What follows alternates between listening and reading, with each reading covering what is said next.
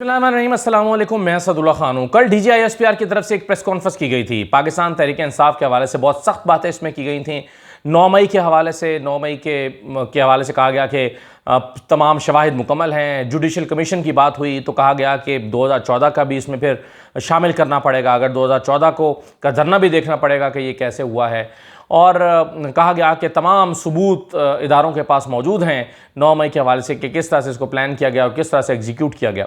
आज इमरान खान से सहाफ़ियों की अडयाला जेल में मुलाकात हुई। जाहिर है आज इमरान खान के सामने जो मौजू रखे गए उनमें से सबसे अहम मौजू ही ये था कि इमरान खान इस प्रेस कॉन्फ्रेंस का जवाब कैसे देते हैं और उस पर क्या बात करते हैं। तो आज इमरान खान ने इस पर अपनी राय का इजहार किया और उन्होंने कहा अगरचे इमरान खान का लबो लहजा शायद उतना सख्त नहीं था जितना कल DGI-SPR का था, लेकिन बहरहाल काफ़ी सारी बातों का उन्होंने जवाब दिया है। इमरान खान ने कहा कि 2014 के धरने की इंक्वायरी के लिए मैं तैयार हूं। देखिए कल जो बात हुई थी जिसमें कहा गया था कि अगर जुडिशल कमीशन बनेगा तो फिर वो ये भी प्रूव करेगा कि 2014 का धरना कैसे हुआ था। 2014 के धरने के हवाले से उस वक्त की हुकूमत, नून लीग की हुकूमत का यह ख्याल था कि इमरान खान को इस्टेब्लिशमेंट की सपोर्ट हासिल है। इमरान खान का एक बयान जिसमें वो कहते थे कि अंपायर की उंगली उठने वाली है, उसको इस बात से ताबीर करती थी नून लीग, कहा करती थी कि अंपायर की उंगली से मुराद इस्टेब्लिशमेंट की उंगली है और इनको इस्टेब्लिशमेंट की सपोर्ट से ही हो रहा है। मुशाहिदुल्लाह खान, अल्लाह ताला उन्हें गरीक रहमत करे, उस वक्त उन्होंने इस हवाले से एक बहुत सख्त बयान भी दिया था और कहा था कि इस धरने के पीछे इस्टेब्लिशमेंट है, फ़ौज की मदद से ये धरना हो रहा है। और उनके इस बयान के बाद फिर उनकी सरजनिश भी की गई थी नून लीग की तरफ से। ये उनका इंटरव्यू BBC में छपा था और उसकी पादाश में उनको नून लीग की तरफ से उनकी काफ़ी सरजनिश भी हुई थी। और इस सारे सूरत हाल में यानी उस वक्त के धरने के हवाले से ये राय उस वक्त की हुकूमत दिया करती थी।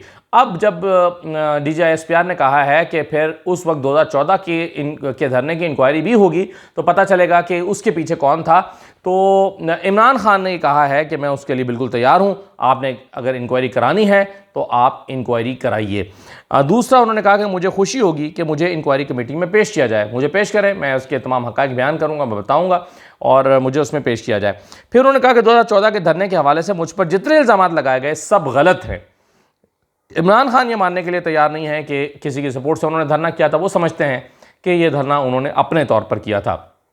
हालांकि उस वक्त 2014 के धरने के हवाले से ताहिरुल कादरी साहब भी जब धरना साथ ही लेकर आए थे तो कहा जाता था कि ये भी एक प्लान है और प्लान के तहत ये आए हैं। बहरहाल इमरान खान ने इस सबको मुस्तरद किया है।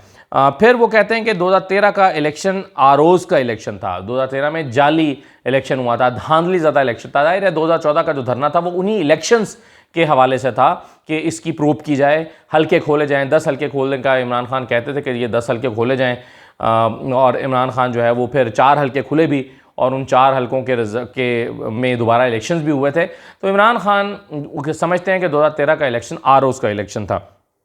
उन्होंने कहा कि निगरान वज़ीर आज़म के फॉर्म 47 के हवाले से बयान के बाद वफाकी हुकूमत से क्या मुज़ाकरात हो सकते हैं। जब निगरान हुकूमत ने कह दिया, यानी जो पिछले दिनों काकड़ साहब के साथ बयान मंसूब किया गया या काकड़ साहब ने उस बयान की खैर तरदीद भी नहीं की कि उन्होंने ये कहा है, लेकिन काकड़ साहब की हनीफ अब्बासी जो इमीडिएट में मुलाकात हुई उसमें उन्होंने कह दिया था कि अगर मैं फॉर्म 47 की बात कर दूँ तो आप लोग मुँह छुपाते फिरेंगे। तो इमरान खान उसी का हवाला दे के कह रहे हैं कि साबिक निगरान वज़ीर आज़म ने जब फॉर्म 47 का बयान खुद दे दिया तो इस हुकूमत से कैसे मुज़ाकरात हो सकते हैं। यानी ये हुकूमत तो फिर एक जाली हुकूमत है, इससे तो बातचीत हो ही नहीं सकती, इससे तो मुज़ाकरात हो ही नहीं सकते। उन्होंने कहा कि सदर, वज़ीर आज़म, वज़ीर आला पंजाब और सेनेट का इलेक्शन फ्रॉड इलेक्शन है, क्योंकि ज़ाहिर है सदर का इलेक्शन इसी असम्बली के वजूद में आने के बाद होता है, सेनेट का इलेक्शन भी इन असम्बलियों के वजूद में आने के बाद होता है, इसी तरह वज़ीर आला पंजाब का भी। तो वो समझते हैं कि चूँकि ये असम्बलियाँ एक्चुअल हकीकी मैंडेट की नुमाइंदगी नहीं करती, इसलिए ये सारे इलेक्शन जाली इलेक्शन हुए हैं। क्योंकि 8 फरवरी 2024 का जो इलेक्शन है उसका रिजल्ट ही ठीक नहीं मुरतब हुआ है, तो फिर बाकी इलेक्शंस कैसे ठीक हो सकते हैं, इमरान खान का ये मानना है। फिर उन्होंने कहा कि नून लीग के लोगों ने प्राइवेटली हमें बता दिया था कि जब तक काजी फाइज ईसा चीफ जस्टिस नहीं बनता ना इलेक्शन होंगे ना नवाज शरीफ वापस आएगा। ये बात ठीक मालूम होती है क्योंकि बहुत सारी चीज़ों को रोका गया था नून लीग की तरफ से, इलेक्शन नहीं होने दिए जा रहे थे। और इलेक्शन जब जस्टिस उमर अता बंदयाल साहब ने इलेक्शन की तारीख दी थी तो उस वक्त भी इलेक्शन कमीशन ने अदालत में पेश होकर कहा था कि जी हम 8 अक्टूबर को इलेक्शन करा देंगे। सितंबर में जा रहे थे चीफ जस्टिस और अक्टूबर में इन्होंने कहा कि हम इलेक्शन करा देंगे। तो वो चीफ जस्टिस उमर अता बंदयाल ने पूछा कि आपको कैसे पता है कि 8 अक्टूबर तक हालात ठीक हो जाएंगे? तो उन्होंने कहा कि जी ऑपरेशन चल रहे हैं, कच्चे का ऑपरेशन चल रहा है जी, टेररिज्म के खिलाफ ऑपरेशन चल रहे हैं, तो ये सारे ऑपरेशन उस वक्त तक जो हैं वो मुकम्मल हो जाएंगे तो हम अक्टूबर में इलेक्शन करा सकेंगे। वो अलग बात कि अक्टूबर में भी इलेक्शन नहीं हो सके, लेकिन बहरहाल उस वक्त ये बात जहन में थी, बहुत सारे लोग ये बात कर रहे थे कि नवाज शरीफ इंतज़ार कर रहे हैं कि उमर अता बंदयाल चले जाएं और उनकी जगह पर काजी फैसा आ जाएं तो फिर इलेक्शन हो। और वो दुरुस्त मालूम भी होता है क्योंकि काजी फैसा जब आए तो फिर हमने देखा कि बल्ले का निशान ना रहा। उस वक्त काजी फैसा चीफ जस्टिस ना होते, कोई और चीफ जस्टिस होता तो शायद ये बल्ले के निशान का प्रोजेक्ट मुकम्मल ना हो पाता। तो काजी फैसा साहब ही के आने से बल्ले का निशान लिया गया और इलेक्शन में नून लीग के उतरने का हौसला पड़ा, और फिर भी उसके बाद वो नताइज तस्लीम करने का हौसला ना पड़ा जो एक्चुअली नताइज मुरतब हुए। तो उसके बाद की कहानी तो आप सबके इल्म में है। फिर उन्होंने कहा कि नवाज शरीफ भी, नून लीग ने कहा नवाज शरीफ भी तभी वापस आएगा, और ऐसा ही हुआ। उमर अता बंदयाल साहब चले गए, काजी फैसा आए तो नवाज शरीफ वापस आए। उन्होंने कहा कि मेरा आधा ख़ानदान फ़ौज में है, आधा ख़ानदान ब्यूरोक्रेसी में है, हम फ़ौज हमारी है और हमें फ़ौज से कोई मसला नहीं। ये इमरान खान पहले भी कह चुके हैं। फिर उन्होंने एक दफ़ा कहा कि भाई हमें फ़ौज से कोई मसला नहीं है। पहले भी वो कह चुके हैं कि चंद अफसरान से उनको मसला है, या चंद अफसरान जो है उसका मतलब फ़ौज नहीं है। आज भी वो कह रहे हैं कि फ़ौज हमारी है और हमें फ़ौज से कोई मसला नहीं है। फिर वो कहते हैं कि 9 मई वाक़यात का मुझे उस वक्त पता चला जब मुझे सुप्रीम कोर्ट में पेश किया गया।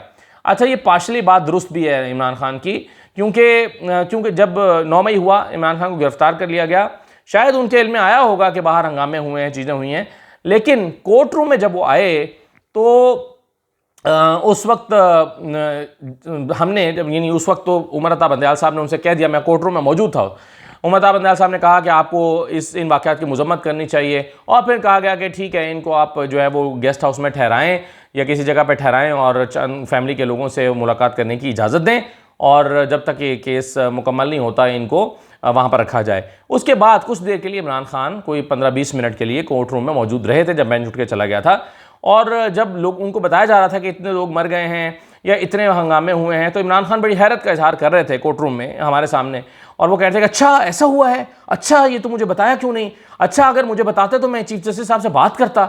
ये इमरान खान ने उस वक्त सहाफ़ियों से और कुछ वकला वहाँ पर मौजूद थे कोर्ट रूम में, उनके सामने ये बातें की थी। मैं भी इसका चश्मदीद गवाह हूँ। इमरान खान ने कहा था अच्छा तो तुम ये बात मुझे पहले क्यों नहीं बताई, ये बताते मैं चीफ जस्टिस से इस बारे में बात करता।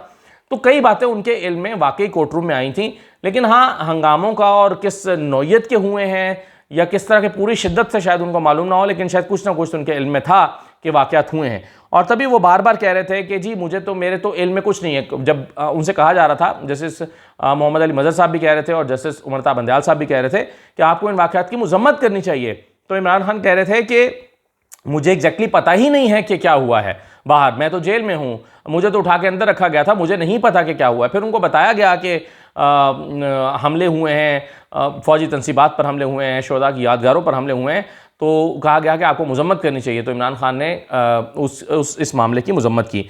तो उन्होंने कहा भी इमरान खान ने कि 9 मई वाक़यात की चीफ जस्टिस उमर अता बंदयाल के सामने मैंने मज़म्मत की थी। ये इमरान खान ने आज मीडिया को बताया। फिर उन्होंने कहा खुदा के वास्ते फ़ौज को सियासत में ना घसीटें। ये खुद इमरान खान कह रहे हैं। हमने अपनी 27 साल की तारीख़ में कभी जलाओ घेराव नहीं किया। 2 हुकूमतें हमने इंतखाबात के लिए तहलील की, सियासी जमात इंतशार नहीं चाहती। वो कहते हैं अगर हम इंतशार चाहते हुए तो हम अपनी हुकूमतें क्यों तहलील करते और हम इलेक्शन का मुतालबा क्यों करते।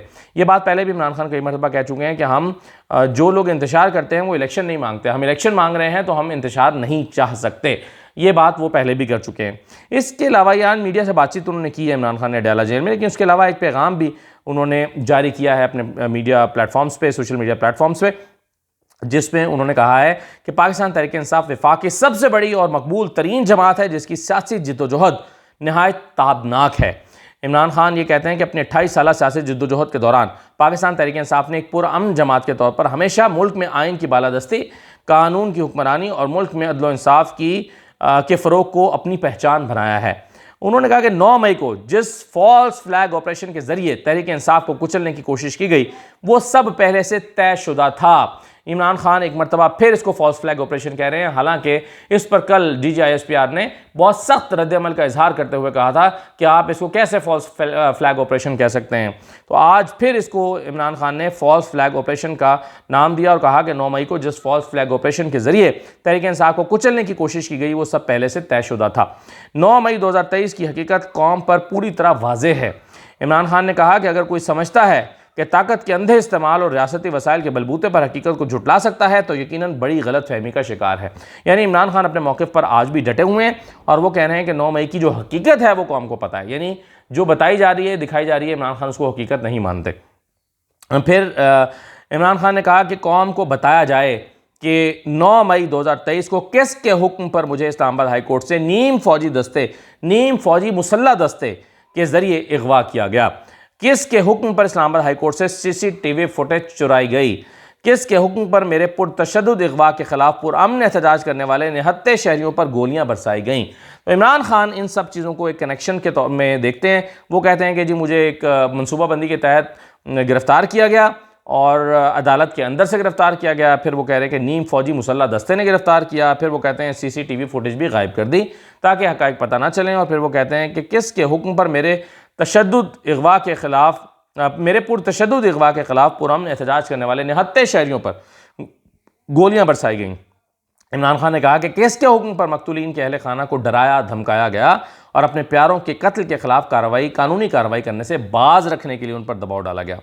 किसके हुक्म पर कोर कमांडर हाउस और कैंट की सिक्योरिटी हटाई गई। इमरान खान समझते हैं कि इसको इसलिए फॉल्स फ्लैग ऑपरेशन वो कहते हैं। वो समझते हैं कि कोर कमांडर हाउस की सिक्योरिटी को हटा दिया गया था और इसका खास मकसद था ताकि तहरीक इंसाफ को क्रश किया जाए। वो कहते हैं कि जी 9 मई के वाक़यात को तारीख के आईने में देखता हूँ तो मुझे 1971 के वाक़यात से वाज़ेह मुमासलत दिखाई देती है। अब 1971 एक बड़ा तल्ख़ याद है पाकिस्तान की, जिसमें पाकिस्तान दो लख्त हुआ था और 2 टुकड़े उस वक्त हुए थे जब जनरल याहिया खान पाकिस्तान में हुक्मरानी कर रहे थे और याहिया खान को इसका काफ़ी हद तक ज़िम्मेदार समझा जाता है। तो इसलिए वो कहते हैं कि मुझे इसमें काफ़ी मुमासलत दिखाई देती है। वो कहते हैं कि 24 मार्च 1971 को उस वक्त का हुक्मरान याहिया खान सियासी फरीकैन से मुज़ाकरात के लिए ढाका में मौजूद था, मगर मुज़ाकरात की कामयाबी में हरगिज़ संजीदा ना था। 24 घंटों के अंदर अंदर यानी 25 मार्च को मशरक़ी पाकिस्तान में फुल स्केल फौजी ऑपरेशन लॉन्च कर दिया गया। इसीलिए वो कह रहे हैं, इमरान खान को लगता है कि जिस तरह उनके खिलाफ एक फ़ौजी ऑपरेशन लॉन्च किया गया था ऐसे ही तहरीक इंसाफ के खिलाफ भी फ़ौजी ऑपरेशन लॉन्च किया गया। उन्होंने कहा कि पूरे मुल्क से हमारे हज़ारों कारकुनों को गिरफ़्तार किया गया। फिर वो कहते हैं कि 24 मार्च 1971 की तर्ज पर 9 मई को एक फॉल्स फ्लैग ऑपरेशन के तहत पहले मुझे हाई कोर्ट से अगवा किया गया। पूरे मुल्क से हमारे हज़ारों कारकुनों को गिरफ़्तार किया गया। पूरे का पूरा रियासती निज़ाम झूठ और फ्रॉड पर खड़ा है। इमरान खान कहते हैं कि साबिक चीफ जस्टिस उमर अता बंदयाल ने 14 मई को इलेक्शन कराने का हुक्म दिया तो धरने, एहतजाज और लॉन्ग मार्चेस के जरिए उनको धमकाया गया और मामला जरगे के सुपुर्द किया गया। जरगे में यह बात वाज़ेह तौर पर बयान की गई कि नवाज शरीफ तब तक वापस नहीं आएगा जब तक काजी फायसा चीफ जस्टिस नहीं बनता। इमरान खान ने कहा है कि निगरान वज़ीर आज़म काकड़ ने हुकूमती जमात के एक रुकन को फॉर्म 47 का ताना देकर सारे राज का पर्दा चाक करके हमारे मौक़िफ़ को दुरुस्त साबित कर दिया है। इस्लामाबाद हाई कोर्ट के 6 जजेस के ख़त और कमिश्नर रावलपिंडी के एतराफ़ी बयान ने सारी हकीकत कौम के सामने खोलकर रख दी है। इमरान खान कहते हैं ये सब कुछ लंदन प्लान के तहत के 3 अहदाफ के तहत किया गया। लंदन प्लान का पहला हदफ मुझे जेल में डालना था। लंदन प्लान का दूसरा हदफ नवाज शरीफ के केसेस मुआफ़ करवाना था। लंदन प्लान का तीसरा हदफ तहरीक इंसाफ को क्रश करना था। ये वो सारी बातें जो पीछे वो कर रहे हैं उससे उन्होंने फिर अब लिंक किया है। फिर वो कहते हैं कि लंदन प्लान पर अमल दरामद में चीफ जस्टिस ऑफ पाकिस्तान और चीफ इलेक्शन कमिश्नर वाज़ेह तौर पर बतौर सहूलतकार दिन रात मसरूफ़ अमल हैं। लंदन काजी फायसा और चीफ इलेक्शन कमिश्नर को काफ़ी तनकीद का निशाना इमरान खान अभी तक बना रहे हैं। फिर उन्होंने कहा कि लंदन प्लान के तहत मेरे खिलाफ सैकड़ों झूठे मुकदमात कायम किए गए जबकि जरदारी, नवाज और उनके बच्चों के केसेस को मुआफ़ कर दिया गया। मुल्क में मीडिया पर इस कदर पाबंदियाँ आयद हैं कि कोई आवाज़ नहीं निकलती। मीडिया पर पाबंदियों के बावजूद गंदम का स्कैंडल बाहर आ चुका है। फिर वो कहते हैं कि जी अगर मीडिया पर पाबंदियां आयद ना की जाती तो अब तक न जाने कितने स्कैंडल सामने आ जाते। हम अपने किसानों से एकजहती का इजहार करते हैं। रियासत पहले ही किसानों को कुछ नहीं देती, अब उनसे उनकी मेहनत का सिला भी छीना जा रहा है।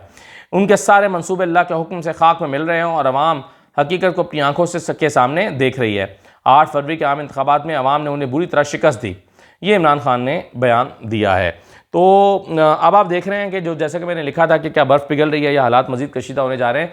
इमरान खान के इस बयान और कल के DGISPR की प्रेस कॉन्फ्रेंस के बयान से, DGISPR की प्रेस कॉन्फ्रेंस से और इमरान खान के इन सारी बातों से जो आज मैंने आपके सामने रखी हैं, इससे अंदाज़ा होता है कि फ़िलहाल बर्फ़ पिघलने का कोई इम्कान दिखाई नहीं दे रहा और फिलहाल हमें मज़ीद कशीदगी होती हुई दिखाई दे रही है। इमरान खान अपने मौके पर डटे हैं, अपने मौके पर खड़े हैं। न सिर्फ इमरान खान बल्कि उनकी पार्टी ने भी कल काफ़ी सख्त रद्द-ए-अमल का इजहार किया है। ख़ासतौर पर रऊफ़ हसन की प्रेस कॉन्फ्रेंस में काफ़ी सख्त अल्फाज मौजूद थे। इमरान खान ने और असद कैसर साहब के बयानात भी आप देख रहे हैं, जिसमें उन्होंने कहा कि माफ़ी तो हमने कभी अपने बाप से नहीं मांगी, तो हम इनके कैसे मांगेंगे।